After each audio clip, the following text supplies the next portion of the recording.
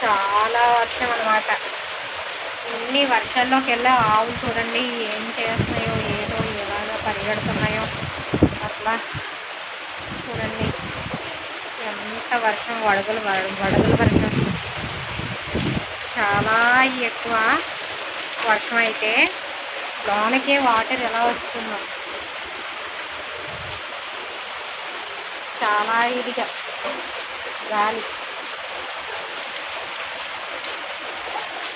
ఆవులకైతే ఎక్కడికి వెళ్ళాలో తెలియక బయట ఎలాగవుతున్నాయో చూడండి. ఇది షెడ్ లేదు, ఏమీ లేదు.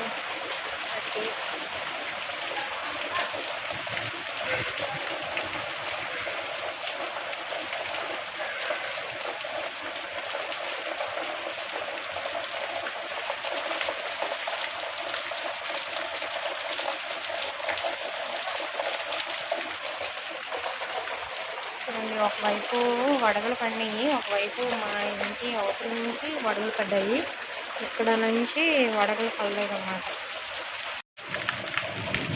ఎంతో ఫుల్గా ఎలా ఉందో చూడండి.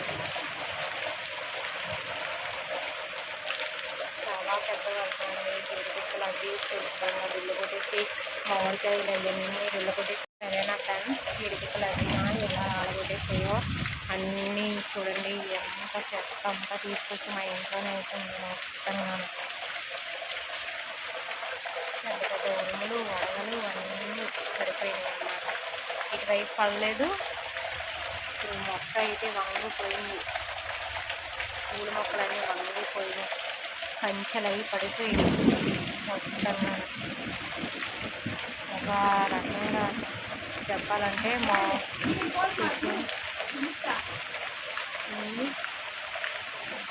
ఏ పడుకున్నప్పుడు వేస్తుంది.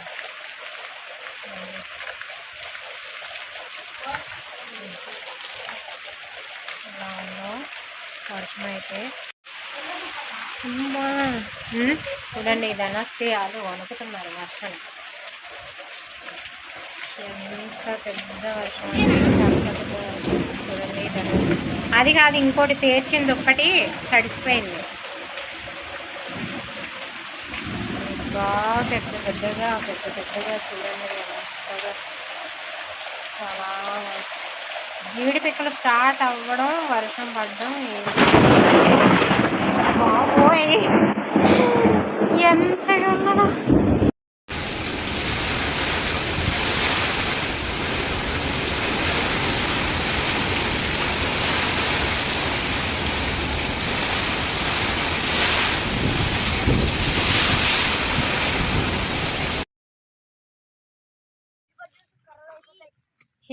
దరిద్రంగా చూడండి ఫ్రెండ్స్. జీడిపళ్ళు అయితే ఎలా రాలినాయో, ఎంత ఇదిగా రాలినాయో. పెద్ద గాలి వర్షానికి చూస్తున్నారు కదా. జీడిపళ్ళు లేవనుకుంటున్నారు, ఇందాక ఏరేసాం కానీ మళ్ళీ రాలినాయి అనమాట. ఇవ్వండి చూస్తున్నారు కదా ఎలా పడినాయో, మీకు చూపిస్తాను.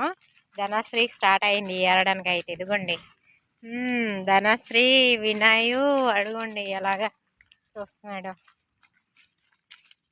మనకల్లా అక్కడ పోసేసాయి చూడు. ఇందాక ఏరేమనమాట, ఏరిన తర్వాత మళ్ళీ కూడా రాలిపోయినాయి. మా పని అంతే ఈరోజు. ఈవినింగ్ చీకటి అయ్యేంత వరకు మేము ఏరుతూనే ఉంటాం అన్నమాట. చూస్తున్నారు కదా ఇదిగోండి జీడిపళ్ళు. ఈ వర్షానికి అయితే గాలి వర్షం కదా, ఇంకా మరి ఈ వచ్చంగా రేపటికి పళ్ళు ఉండవు, అంత రాలగొట్టినాయి. సరే బాయ్ ఫ్రెండ్స్.